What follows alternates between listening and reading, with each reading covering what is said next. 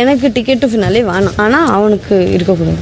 அம்மா காண்டாது, இது ரொம்ப கேவலமா இருக்கு. ஒரு நிமிஷம் ராக்கி, நீ ஸ்னிக்கர்ஸ் சாப்பிடு. ஏன்னா உனக்கு பசி வந்தா நீ ஹீரோயின் மாதிரி நடந்துக்குவ. நான் டீமா விளையாட, நான் தனியா எலிமினேஷன் கேம் விளையாட போறேன். செம்ம ஜோக்கு. சாயந்தரம் வந்த உடனே ஞாபகப்படுத்தி சிரிக்கிறேன். எனக்கு பாயிண்டே வேணாங்க, அந்த ஒரு பாயிண்ட்ல நிக்கிறேன். டான்ஸ் ஆடி எனக்கு வந்த பாயிண்ட், ஒரு பாயிண்ட் எனக்கு போதும். டேய் லூஸ் மாதிரி பேசிட்டு இருக்காத. நிறைய கரன்சி வச்சிருந்ததுல நிக்சன் வின் பண்ணது ஒரு முரணா தெரியலையா உங்களுக்கு? நீங்க என்ன சார் சொன்னீங்க? நான் டான்ஸ் ஆடி எனக்கு வந்த பாயிண்ட், ஒரு பாயிண்ட் எனக்கு போதும். அகதிக்கு மீறி பேசாத.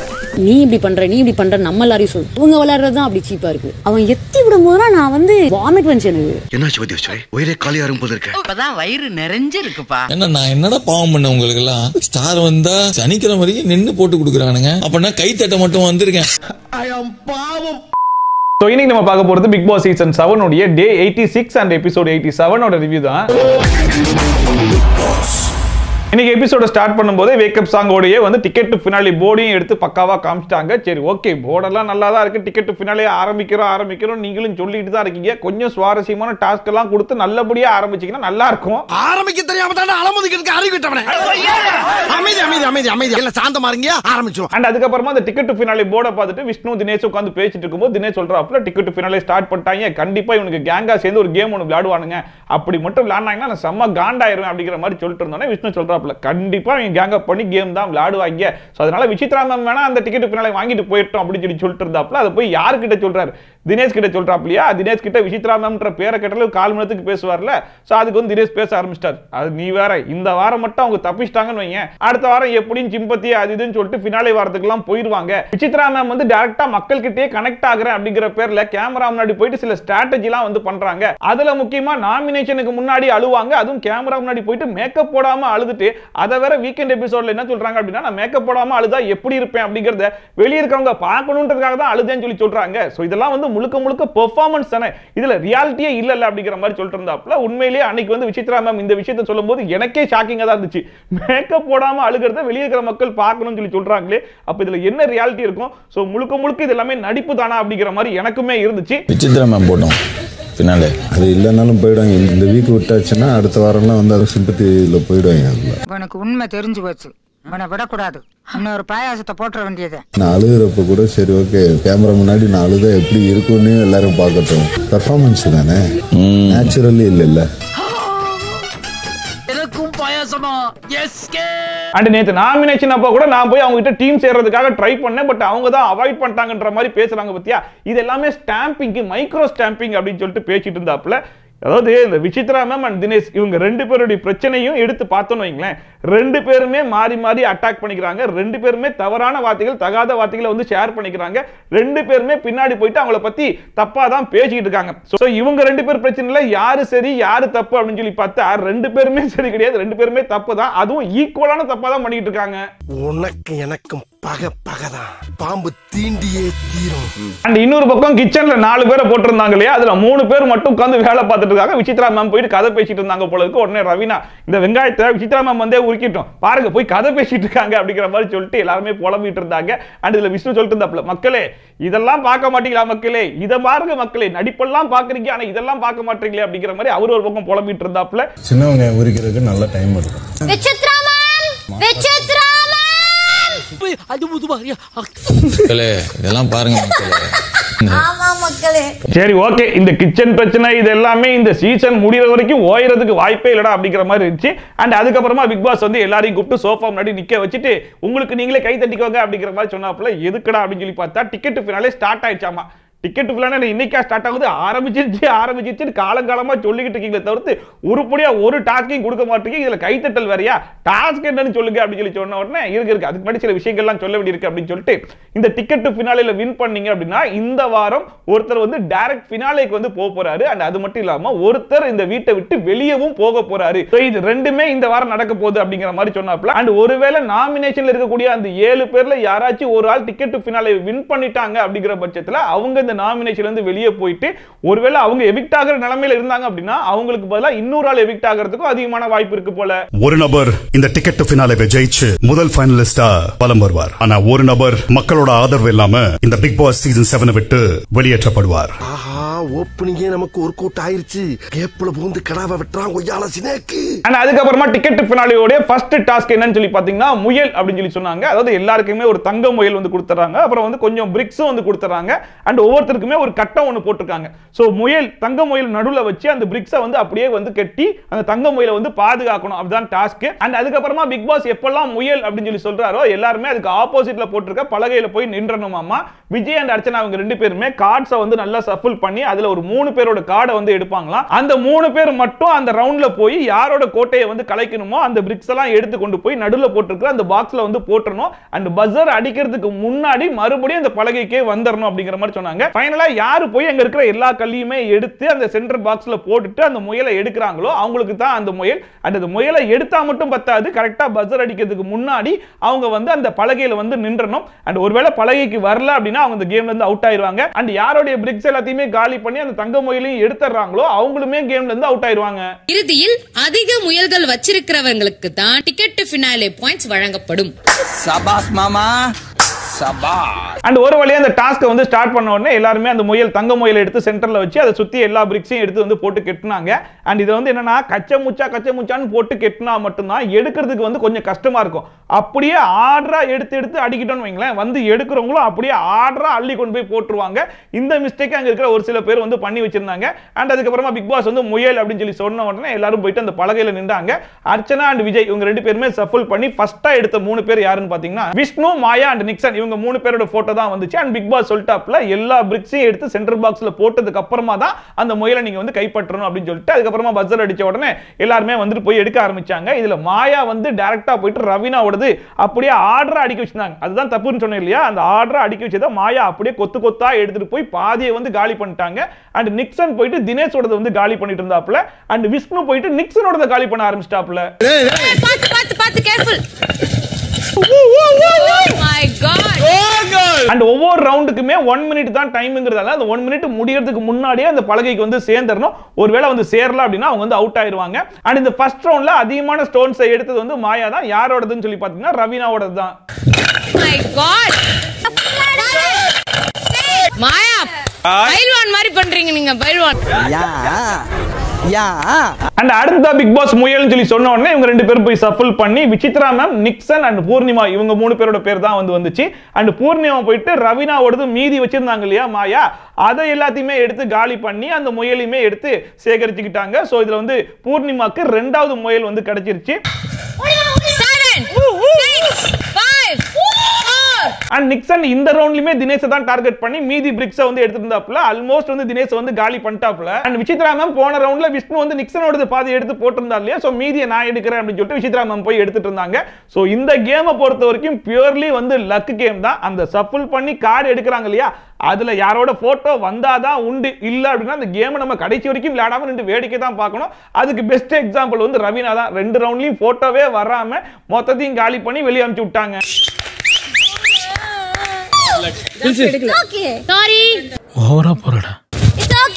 அண்ட் அதுக்கப்புறமா விஷ்ணு அண்ட் மணி இவங்க 2 பேருமே உட்கார்ந்து பேசிட்டு இருக்கும்போது விஷ்ணு சொல்லிட்டு இருக்காப்ல, நான் நிக்சனோட முடிச்சிட்டு அடுத்ததான் வந்து மாயா கிட்ட போவேன் அப்படிங்கிற மாதிரி சொல்லிட்டு அண்ட் அப்படியே வந்து பூர்ணிமா கிட்ட போறாப்ல. பூர்ணிமா விளையாடுறதுலாம் வந்து கன்னிங், அது ஒரு கன்னிங் பிளேயர். அது கேமே விளையாடலன்ற மாதிரி கேம் விளையாடிட்டு இருக்கால, அதெல்லாம் தெரியாது நினைச்சிட்டு இருக்கா. அதாவது சொல்ல போனா மாயாவே ஓவர்டேக் பண்றது பூர்ணிமா தான் அப்படிங்கிற அளவுக்கு பூர்ணிமா போட்டு பயங்கரமான டேமேஜ் எல்லாம் பண்ணிட்டு இருந்தாப்ல. பட் இதே மனுஷன் தான் எப்பயாச்சும் எமோஷனலா டேமேஜ் ஆகும்போது ஃபர்ஸ்டா போய் தேடுறதும் பூர்ணிமாவை தான் இருக்கு. சோ அந்த மாதிரி ஒரு எமோஷனல் சப்போர்ட் கொடுக்கறவங்க கிட்ட நம்ம வந்து சப்போர்ட்டா விளையாட வேணாம், அட்லீஸ்ட் பின்னாடி டேமேஜ் ஆச்சு பண்ணாம இருக்கலாமோ அப்படிங்கிற மாதிரி இருந்துச்சு. பட் இந்த மனுஷன் சப்போர்ட் எடுக்கிறதும் பூர்ணிமா தான், நான் முழுக்க போட்டு டேமேஜ் பண்றதும் பூர்ணிமா தான்ற மாதிரி டபுள் ஸ்டாண்டர்ட்ல தான் எப்பயுமே விஷ்ணு வந்து ப்ளே பண்ணிட்டு இருக்காப்ல. பூர்ணிமா வந்து ஒரு கன்னிங் பிளேயர், நம்ம கேமே ஆடலன்னு இவங்க எல்லாம் நம்புறாங்க. விளையாடுது இல்ல, மாயாவே ஓவர்டேக் பண்ணி மிஞ்சிராது பூர்ணிமா. இன்ஸ்பெக்டர் என்ன சொல்றீங்க? அண்ட் மாயா வந்து எனக்கு இங்க வர சம்பளமே போதும், எனக்கு வர 50 லட்சம் ரூபாய் எடுத்து நான் கொடுத்துருவேன்ற அளவுக்கு பேசிட்டு இருக்காங்களே, இதெல்லாம் முழுக்க பொய், ஷோக்காக பேசுறது.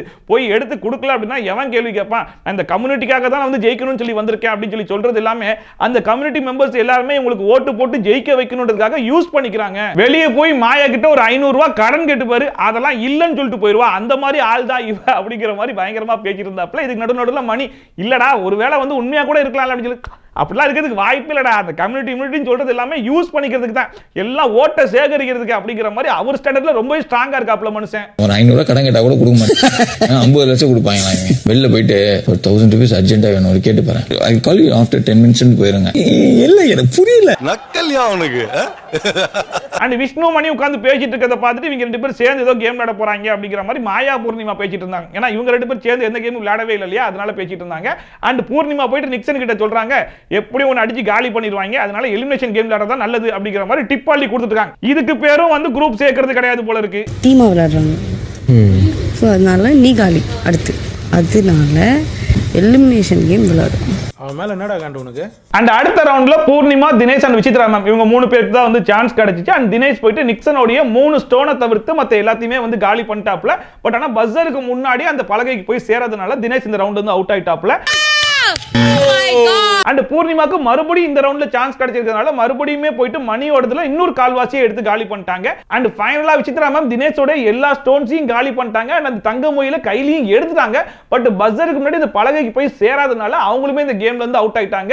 அண்ட் இதுல வந்து ஒரு கன்ஃபியூஷன் இருந்துச்சு, அந்த முயலை வந்து கையில எடுத்தாங்களே, சோ முயலும் வெளியே வந்துருமா அப்படின்னு சொல்லி பார்க்கும்போது அர்ச்சனா பிக் பாஸ் கிட்ட கேட்கும்போது பிக் பாஸ் என்ன சொன்னாருன்னா, இல்ல அந்த முயலை கொண்டு போய் அந்த இடத்துல வச்சிருங்க, அடுத்த ரவுண்ட்ல யாரு போறாங்களோ அவங்க டைரக்டா போய் அந்த முயலை எடுத்துக்கலாம் அப்படிங்கிற மாதிரி சொல்லிட்டாப்ல.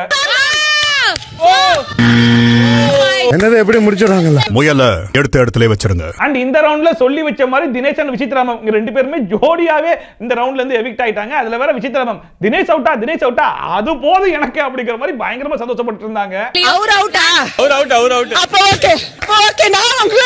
ரொம்ப குஷியோ. அண்ட் நெக்ஸ்ட் ரவுண்ட்ல மறுபடியுமே பூர்ணிமாவோட பேர் வந்துச்சு. அண்ட் கூடவே மணி அண்ட் விஷ்ணு இவங்க ரெண்டு பேருமே வந்திருந்தாங்க. சோ பூர்ணிமா வழக்கம் போல போயிட்டு மீதி இருக்கிற மணியோட ஸ்டோன்ஸ் எல்லாம் வந்து எடுத்துட்டு இருந்தாங்க. இதுல விஷ்ணு போயிட்டு மணியோட ஸ்டோன்ஸ் எல்லாம் ஒரு எத்தி விட்டு வந்துட்டாப்ல. ஏன்னா உள்ள இருந்தா தானே எடுப்பேன், அங்கங்க செதறி கிடந்தா நீ எப்படி எடுப்ப, மணி வந்து எனக்கு தேவை, அவனுடைய பார்ட்னர்ஷிப் எனக்கு முக்கியன்றதுனால அந்த ஒரு வேலையை வந்து பார்த்து விட்டாப்ல. சோ பூர்ணிமா அவங்களால முடிஞ்ச அளவுக்கு மீதி இருக்கிற ஸ்டோன்ஸ் எல்லாம் எடுத்து போட்டுட்டு இருந்தாங்க.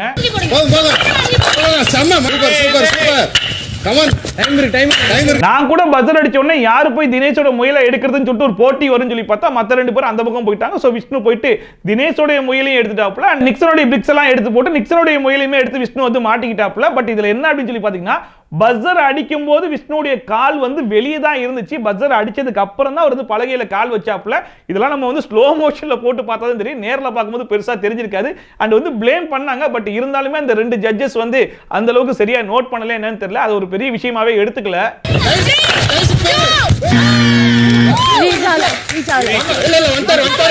அண்ட் இதுல தினேஷ் அவுட் ஆகி வெளியே வந்ததுக்கு அப்புறம் டீம் பீல இருக்கக்கூடிய விஷ்ணு அண்ட் மணி இவங்க ரெண்டு பேருக்குமே அதை எடுங்கடா இது எடுங்கடா இப்படி பண்ணுங்கடா அப்படி பண்ணுங்கடா அப்படிங்கிற மாதிரி பயங்கரமா பேசிட்டு இருந்தாங்களா. உடனே ஜட்ஜா இருக்கக்கூடிய அர்ச்சனா பார்த்துட்டு, நீங்க ஏதோ குரூப் கேம் விளையாட மாதிரியே தெரியுது, நீங்க எதுக்கு இதெல்லாம் பேசுறீங்க அப்படின்னு சொன்ன உடனே, ஏமா தோனிக்கு நாங்க வெளியே வந்து சப்போர்ட் பண்ண மாட்டோமா, ஒரு கிரிக்கெட் மேட்ச் நடக்கும்போது அந்த மாதிரி தான் நான் பண்ணிட்டு இருக்கேன், இப்போ நான் பார்வையாளர் மாறிட்டேன்ல, அதனால எனக்கு பிடிச்சவங்களுக்கு நான் சப்போர்ட் பண்றேன், இதுல என்ன தப்பு இருக்குன்ற மாதிரி அவர் பேச, அர்ச்சனா ஒரு பக்கம் பேசுன்னு சொல்லிட்டு பயங்கரமான சண்டைலாம் போயிட்டு இருந்துச்சு. ஆனா எனக்கு என்ன கேள்வி அப்படின்னா, இங்க வந்து நிறைய விஷயங்கள டீம் ஏழக்கூடிய மாயா பூர்ணிமா கிட்ட சொல்றாங்க, நீங்க போய் அதை எடுங்க இதை எடுங்கன்னு சொல்லிட்டு பயங்கரமா கிளாப் பண்ணி எல்லாத்தையும் பண்ணிட்டு இருக்காங்க. அது அர்ச்சனா கண்ணுக்கு சுத்தமா தெரியவே மாட்டுது. ஆனா அதுவே டீம் பில இருக்கவங்க யாராச்சும் ஒன்று பேசிட்டாங்க ஏதாச்சும் பண்ணாங்க அப்படின்னா அது மட்டும் தான் குரூப்பா விளையாடுற மாதிரி அர்ச்சனா கண்ணுக்கு தெரியறது தான் இப்போ எனக்கு ஆச்சரியமா இருந்துச்சு. கரெக்ட்டா கைட் பண்ணிட்டு இருக்கீங்க இங்க இருந்து. தோனி பேட்டிங் பிடிக்குமா, தலை சிக்ஸ் வேணும், ஃபோர் வேணும், ஏன் அவ்வளவு ஏன் டென்ஷன் ஆவறீங்க? சும்மாறா. இந்த ரவுண்ட்ல நிக்சனுடைய தங்க முயல் பறி போனதுனால நிக்சன் இந்த ரவுண்ட்ல இருந்து அவுட் ஆயிட்டாப்ல. என்னடா ஓ அவுட் ஆயிட்டியா? அண்ட் அடுத்த ரவுண்ட்லயுமே சொல்லி வச்ச மாதிரி பூர்ணிமா, மணி அண்ட் விஷ்ணு இவங்க 3 பேரோட போட்டோஸ் தான் வந்துச்சு. சோ பூர்ணிமா போயிட்டு மணியோட மீதி ஸ்டோன்ஸை வந்து எடுத்துட்டு இருந்தாங்க. அண்ட் இன்னொரு பக்கம் விஷ்ணு அண்ட் மணி இவங்க 2 பேருமே சேர்ந்து பூர்ணிமாவோட மொத்தமாவே காலி பண்ணிட்டு அடுத்த மாயாவோட ஸ்டோன்ஸையும் வந்து எடுக்க ஆரம்பிச்சிட்டாங்க. சோ இந்த ரவுண்ட்ல பூர்ணிமா அவுட் ஆயிட்டாங்க. அண்ட் பூர்ணிமா கிட்ட எக்ஸ்ட்ராவா ரவினாவுடைய தங்க முயல் இருந்துச்சு இல்லையா, சோ அதுவுமே விஷ்ணு கைக்கு போயிடுச்சு. வேற மாதிரி போட்டோ போறது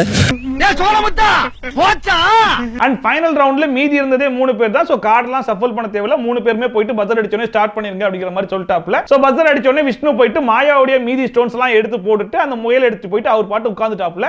மாயா அண்ட் மணி இவங்க 2 பேருமே போயிட்டு விஷ்ணுடைய ஸ்டோன்ஸ் தான் எடுத்து பொறுக்கி போட்டுட்டு இருந்தாங்க. ஆனா இதுல மாயா சம்பந்தமே இல்லாம விஷ்ணுடைய ஒரு ஸ்டோனை எடுத்து தூக்கி போட்டுட்டு இருந்தாங்க. இன்னொரு பக்கம் மணி வந்து ஒரு ஸ்டோன் எடுத்து அவரோட ஹுட்டிக்குள்ள ஒளிச்சு வச்சிட்டு இருந்தாப்ல. இது 2 பேருமே எதுக்காக பண்ணாங்கன்றது தெரியல. ஒன்னு விஷ்ணுடைய மொத்த ஸ்டோன்ஸையும் காலி பண்ணணும்ன்ற இன்டென்ஷன்ல போயிருந்தாங்கன்னா இந்த மாதிரி பண்ணிக்க தேவையில்லை. இதை பண்ணிட்டு ஸ்டோன்ஸையும் எடுத்து போட்டுருந்தாங்க. அதான் ஒரே குழப்பமா இருந்துச்சு. அண்ட் பஜர் அடிக்கிறதுக்கு முன்னாடி விஷ்ணு அண்ட் மணி இவங்க ரெண்டு பேருமே அவங்க பிளேஸுக்கு போயிட்டாங்க. பட் மாயா வந்து பிளேஸுக்கு போகாதனால மாயா இந்த ரவுண்ட்ல வந்து அவுட் ஆயிட்டாங்க.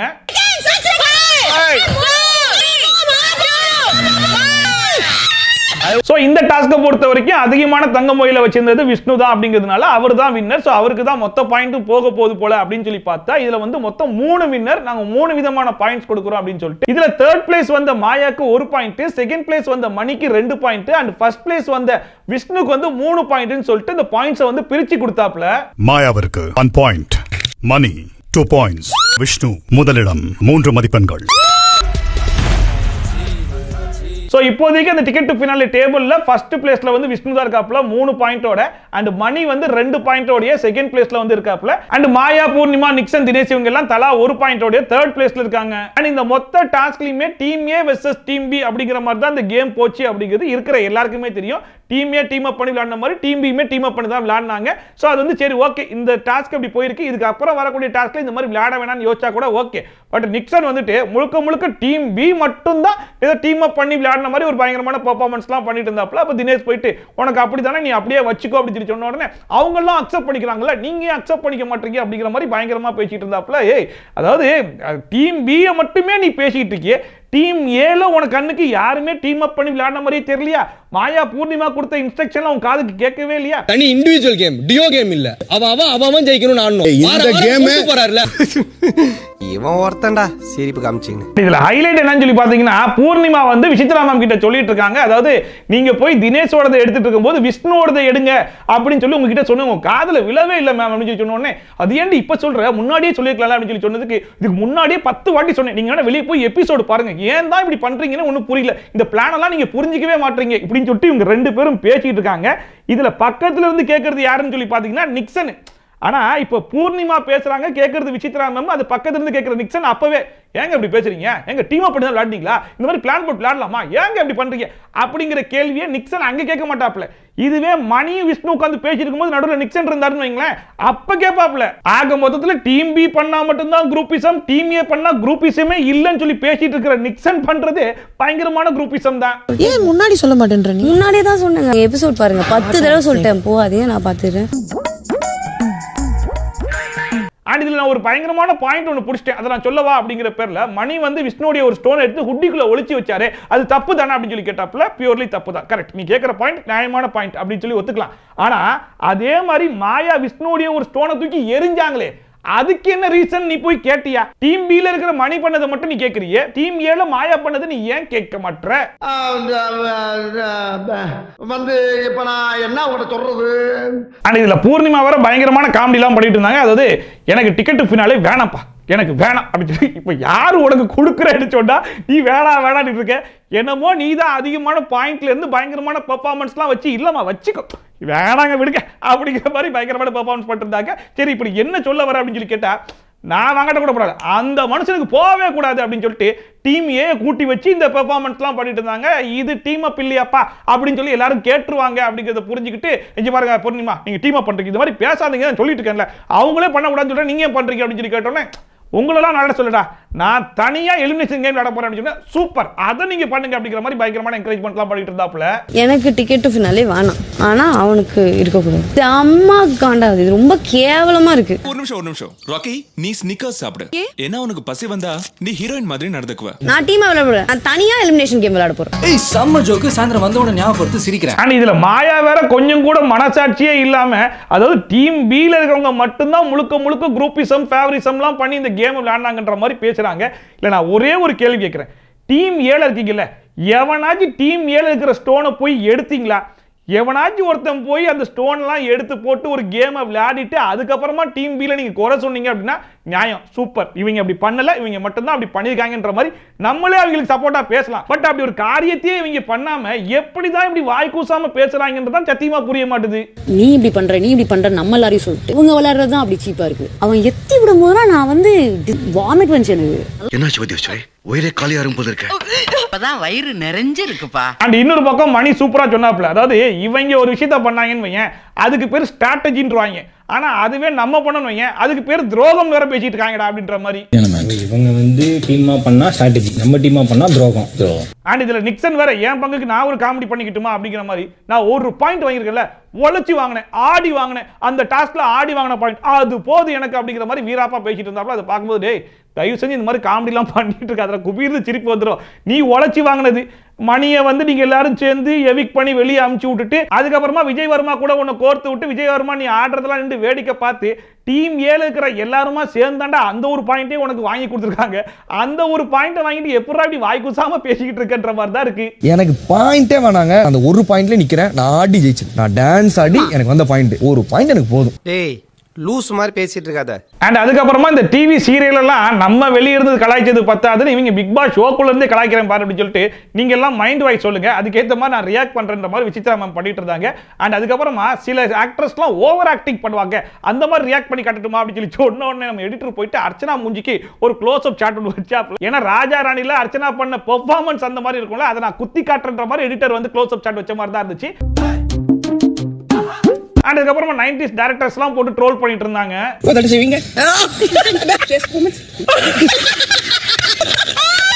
இதுல அர்ச்சனா உண்மையிலேயே நேர்மையின் சிகரம், உண்மையின் மறுபக்கம் அப்படிங்கிற மாதிரி இருந்தாங்க அப்படின்னா ரெண்டு டீம் கிட்டயுமே போயிட்டு நீங்களுமே அப்படிதான் பண்ணீங்க, நீங்களுமே அப்படிதான் பண்ணீங்க, இதுக்கப்புறம் அந்த மாதிரி பண்ணாதீங்க, எனக்கு பார்க்கும்போது அப்பட்டமா தெரிஞ்சிச்சு அப்படிங்கிற மாதிரி சொல்லிட்டு போயிருந்தா கூட பரவாயில்ல. டீம் ஏல பண்ணது வந்து குரூப்பிசமே இல்ல, அவங்க வந்து நேர்மையா விளையாடினாங்கன்ற மாதிரி அவங்க யாருக்கிட்டையுமே அர்ச்சனா போய் எந்த விதமான கம்ப்ளைண்ட்ஸுமே பண்ணல, அவங்க கூட சேர்ந்துக்கிட்டாங்க. இவங்க இப்ப என்ன பண்றாங்க அப்படின்னா டீம் பில இருக்க எல்லாருக்கிட்டையும் போயிட்டு நீங்க வந்து குரூப்பிசம் பண்ணிட்டீங்க, டீம் அப் பண்ணி தான் விளையாடுங்க, இந்த மாதிரி பண்ணக்கூடாது, நீங்க எதுக்கு இவ்வளவு சப்போர்ட் பண்ணீங்க அப்படிங்கிற மாதிரி ஆச்சா பூச்சான்னு சொல்லி பேசியிருந்தாங்க. அதை பார்க்கும்போது எதுக்கு இந்த ஓவர் பெர்ஃபார்மன்ஸ் அப்படிங்கிற மாதிரி இருந்துச்சு. ஒருவேளை நான் டீம் பில இல்ல பாத்தீங்களா, டீம் பி எந்த தப்பு பண்ணாலும் டீம் பி கூட எதிர்த்து கேள்வி கேட்கறேன் பாத்தீங்களா அப்படிங்கறத பதிவு பண்றதுக்காக இந்த பெர்ஃபார்மன்ஸ்லாம் பண்ணாங்களான்னு தெரியல. அண்ட் இதுல தினேஷ் சூப்பரா சொன்னாப்ல, இந்த அம்மா மட்டும் விளையாட விட்டு யாராச்சும் உங்க கோட்டையை கலைச்சிருந்தாங்கன்னு வைங்க, அடுத்த டாஸ்க் வர வரைக்கும் சண்டை போட்டு இருந்திருப்பாங்கன்னு. இந்த அம்மா வந்து முதல்ல ஆட விட்டுருந்தா தெரிஞ்சுக்குவாங்க, நேரம் நம்ம கோட்டையை இச்சு தள்ளி இருந்தாங்கன்னா போய் வண்ட வண்டியா சண்டை போட்டுருப்பாங்க, அடுத்த நாள் டாஸ்க் வர்ற வரைக்கும் வம்புல் தூக்குவாங்க.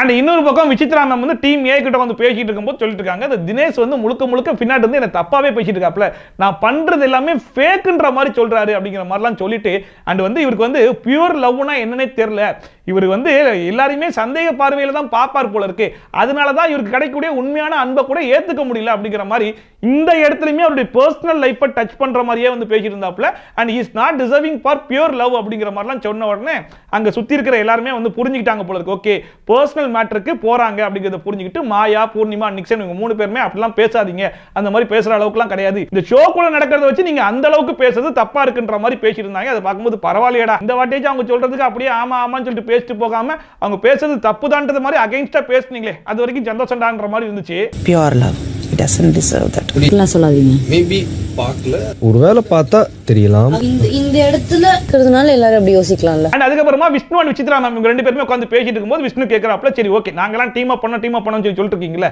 பூர்ணிமா போயிட்டு நிக்சனுடைய ஸ்டோன்ஸ் கம்மியா இருக்கும்போது ஏன் அங்க போகல அப்படின்னு சொல்லி கேட்ட உடனே ஆமா இது ஒரு நல்ல கேள்வியாச்சே, இரு நான் போய் கேட்டு வரேன்னு சொல்லிட்டு நேரா அங்க போய் கேக்குறாங்க. இல்ல நிக்சனுடைய ஸ்டோன்ஸ் கம்மியா இருந்துச்சுல பூர்ணிமா, நீ ஏன் அங்க போகல அப்படின்னு சொல்லி கேட்ட உடனே எங்க இருங்க அதுக்கு நான் பதில் சொல்றேன் அப்படிங்கிற மாதிரி இப்ப விக்ரமோடைய ரீப்ளேஸ்மெண்டா வாழ்ந்துகிட்டு இருக்காரு இல்லையா நிக்சன், அவர் வந்து பதில் சொல்றாரு, நீங்க தினேஷ் கிட்ட போயிட்டீங்க, விஷ்ணு ஆல்ரெடி நிக்சன் கிட்ட போயிட்டாப்ல, அதனாலதான் பூர்ணிமா வந்து மணி கிட்ட போயிட்டாரு அப்படிங்கிற மாதிரி இவர் சப்பாக்கட்டு கட்டிட்டு இருந்தாப்ல.